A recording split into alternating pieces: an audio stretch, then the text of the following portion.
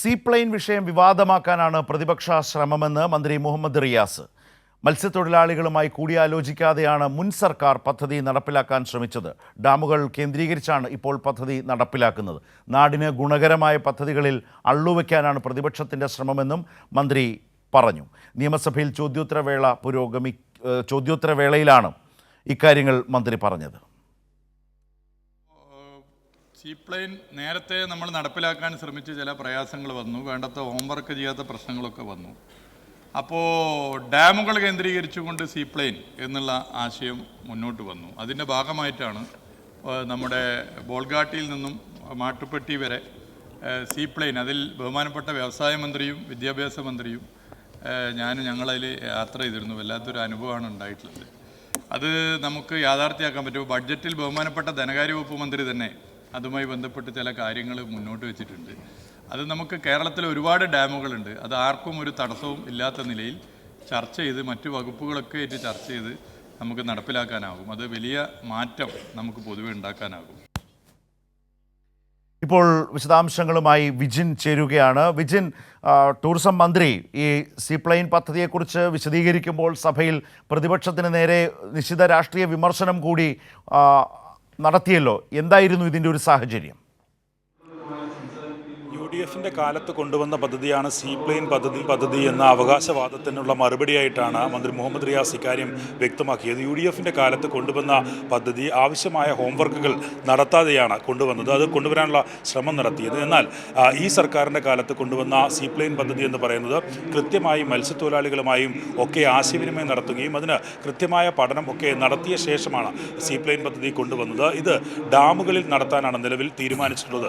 പക്ഷേ കടലിൽ സീപ്ലെയിൻ പദ്ധതി നടപ്പിലാക്കാൻ കഴിയില്ല എന്ന കാര്യം നിയമത്തിൽ എവിടെയും എഴുതി വെച്ചിട്ടില്ല എന്നും മന്ത്രി മുഹമ്മദ് റിയാസ് വ്യക്തമാക്കി. എന്തായാലും രമേശ് ചെന്നിത്തലയാണ് ഇക്കാര്യത്തിൽ തങ്ങളുടെ കാലത്ത് കൊണ്ടുവന്ന പദ്ധതിയാണ് ഇത് എന്ന കാര്യത്തിലുള്ള അവകാശവാദം ഉന്നയിച്ച് രംഗത്തെത്തിയത്. അതിനാണ് മന്ത്രി മറുപടി നൽകിയത്. എല്ലാ പദ്ധതിയെയും അള്ളുവെക്കുന്ന നിലയിൽ ഉള്ള നിലപാടാണ് പ്രതിപക്ഷം സ്വീകരിക്കുന്നത്. അങ്ങനെ എല്ലാ പദ്ധതികളെയും അള്ളുവെച്ചുകൊണ്ട് എങ്ങനെ മുന്നോട്ട് പോകാൻ കഴിയും എന്ന ചോദ്യവും മന്ത്രി മുഹമ്മദ് റിയാസ് മുന്നോട്ട് വെച്ചു.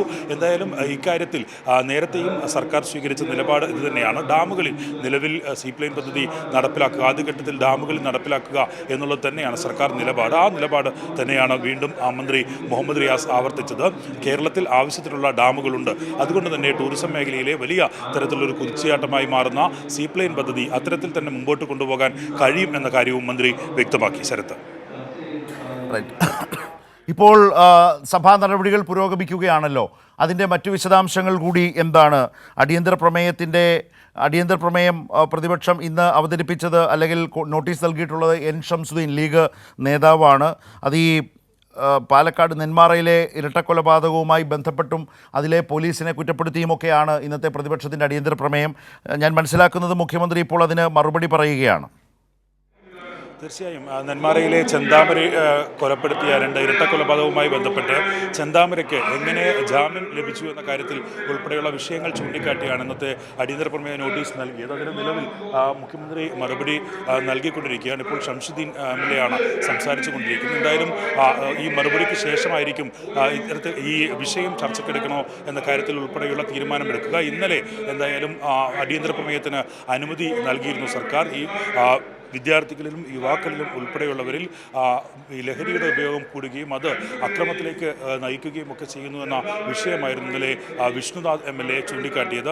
അത് ചർച്ചയ്ക്കെടുക്കാൻ സർക്കാർ തയ്യാറാവുകയും അതിൽ വിശദമായ ചർച്ച നടത്തുകയും അതിനുശേഷം നിയമസഭ ഏകകണ്ഠമായി പ്രമേയം പിൻവലിക്കുകയും ചെയ്യുകയായിരുന്നു. എന്തായാലും ഇന്നുള്ള ഒരു നിമിഷം വിജിൻ, സഭയ്ക്കുള്ളിൽ നിന്ന് മീഡിയ ഗാലറിയിൽ നിന്ന് ഷീജ ഇപ്പോൾ മുഖ്യമന്ത്രി നൽകുന്ന മറുപടിയുടെയും നേരത്തെ വിജിൻ പറഞ്ഞത് മുഖ്യമന്ത്രി മറുപടി പറയുന്ന ഘട്ടത്തിൽ അടിയന്തര പ്രമേയം അവതരിപ്പിച്ച ഷംസുദ്ദീൻ്റെ ഭാഗത്ത് നിന്ന് ഒരു ഇടപെടലോ ചോദ്യമോ വന്നതുകൊണ്ടാവണം നേരത്തെ ഷംസുദ്ദീൻ സംസാരിക്കുന്നു പറഞ്ഞു. അതിനുശേഷം മുഖ്യമന്ത്രി അടിയന്തര പ്രമേയത്തിൻ്റെ നോട്ടീസിന് മറുപടി നൽകുകയാണ്. ആ മറുപടിക്കനുസരിച്ചാണ് നേരത്തെ വിജിൻ പറഞ്ഞതുപോലെ ഇത് സഭ നിർത്തിവെച്ച് ചർച്ച ചെയ്യേണ്ടതുണ്ടോ എന്നതുപോലെയുള്ള തീരുമാനത്തിലേക്ക് സഭ പോവുക.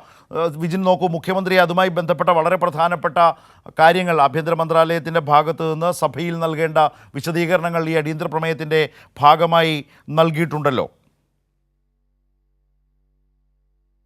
തന്നെയാണ് മുഖ്യമന്ത്രി നൽകിയ മറുപടി. ചിന്താമര നടത്തിയ കൊലപാതകങ്ങൾ ദൗർഭാഗ്യകരമാണ്. നിലവിൽ ാണ് ആരത്തൂർ ഡിവൈഎസ്പിയുടെ നേതൃത്വത്തിൽ കാര്യക്ഷമമായ അന്വേഷണമാണ് നിലവിൽ നടന്നുകൊണ്ടിരിക്കുന്നത്. 2022 ജാമ്യം നൽകിയത്. കൊല്ലപ്പെട്ട സുധാകരൻ്റെ മകൾ നെന്മാറ പോലീസ് അന്ന് പരാതി നൽകിയിരുന്നു. അന്ന് തന്നെ പോലീസ് ചിന്താമരയെ വിളിച്ച് ജാമ്യാപേക്ഷകൾ പാലിക്കാൻ നിർദ്ദേശം നൽകുകയും ചെയ്തു. നടപടിയിൽ വീഴ്ച വരുത്തിയ പോലീസ് ഇൻസ്പെക്ടറെ സസ്പെൻഡ് ചെയ്യുകയും ചെയ്തിട്ടുണ്ട്. പത്തനംതിട്ടയിൽ ഇത്തരത്തിലുള്ള മറുപടിയാണ് നിലവിൽ ഇപ്പോൾ മുഖ്യമന്ത്രി നൽകുന്നത്. അതിനിടയിലാണ് ശംസുദ്ദീൻ MLA സംസാരിച്ചുകൊണ്ടിരിക്കുന്നത്. ശരത്ത്, റൈറ്റ്. ഇപ്പോൾ നിയമസഭയിൽ ചോദ്യോത്തരവേളയ്ക്ക് ശേഷം ഇപ്പോൾ പ്രതിപക്ഷത്തിൻ്റെ അടിയന്തര പ്രമേയ അവതരണം കഴിഞ്ഞിരിക്കുന്നു. അടിയന്തര പ്രമേയത്തിൻ്റെ നോട്ടീസ് ശംസുദ്ദീൻ MLA ആണ്, മുസ്ലിം ലീഗ് നേതാവാണ്, മുസ്ലിം ലീഗ് MLA ആണ് നൽകിയത്. അതിന് മുഖ്യമന്ത്രി പോലീസുമായി ബന്ധപ്പെട്ടായിരുന്നു. നെന്മാറ ഇരട്ടക്കൊലപാതകമടക്കമുള്ള സാഹചര്യങ്ങൾ, കുറ്റകൃത്യങ്ങളുടെയൊക്കെ ഒരു പശ്ചാത്തലം ചൂണ്ടിക്കാട്ടിക്കൊണ്ടുള്ള പ്രതിപക്ഷത്തിൻ്റെ അടിയന്തര പ്രമേയത്തിന് പോലീസ് എടുത്ത നടപടികൾ വിശദീകരിച്ചുകൊണ്ട് സഭയിൽ മുഖ്യമന്ത്രി സംസാരിക്കുകയായിരുന്നു അല്പം മുമ്പ്. ഇതിൻ്റെ വിശദാംശങ്ങളൊക്കെയാണ് വന്നുകൊണ്ടിരിക്കുന്നത്. ഏതായാലും ഈ വിഷയം സഭ നിർത്തിവെച്ച് ചർച്ച ചെയ്യേണ്ടതില്ല എന്നാണ് മുഖ്യമന്ത്രി ഇതിന് മറുപടി നൽകുന്ന ഘട്ടത്തിൽ പറഞ്ഞിട്ടുള്ളത്. നടപടിയിൽ വീഴ്ച വരുത്തിയ ഉദ്യോഗസ്ഥരെ സംരക്ഷിക്കുന്ന നടപടികളും ഉണ്ടായിട്ടില്ല. പോലീസ് ഇൻസ്പെക്ടറെ സസ്പെൻഡ് ചെയ്തിട്ടുണ്ട് എന്നതുപോലെയുള്ള നടപടികൾ കൂടി വിശദീകരിച്ചുകൊണ്ടാണ് മുഖ്യമന്ത്രി സംസാരിച്ചത്. അതിൻ്റെ അടിസ്ഥാനത്തിൽ നിയമസഭ നിർത്തിവെച്ച് പ്രതിപക്ഷത്തിൻ്റെ അടിയന്തര പ്രമേയം ചർച്ച ചെയ്യേണ്ടതില്ല എന്ന നിലപാട്, സർക്കാർ നിലപാട്, ഭരണപക്ഷ നിലപാട് സഭയെ മുഖ്യമന്ത്രി അറിയിച്ചിരിക്കുന്നു. അതിൻ്റെ അടിസ്ഥാനത്തിൽ സ്പീക്കറാണ് സഭാ നടപടികൾ നിയന്ത്രിക്കുന്ന സ്പീക്കറാണ് ഇതിൽ തീരുമാനങ്ങൾ പറയുക. അതേ തുടർ നടപടികളിലേക്ക് സഭ നീങ്ങുകയും ചെയ്യും. നിയമസഭാ നടപടികൾ പുരോഗമിക്കുന്ന ഒരു സാഹചര്യം, അതിൻ്റെ വിശദാംശങ്ങളാണ് തത്സമയം പ്രേക്ഷകരുമായി പങ്കുവച്ചത്.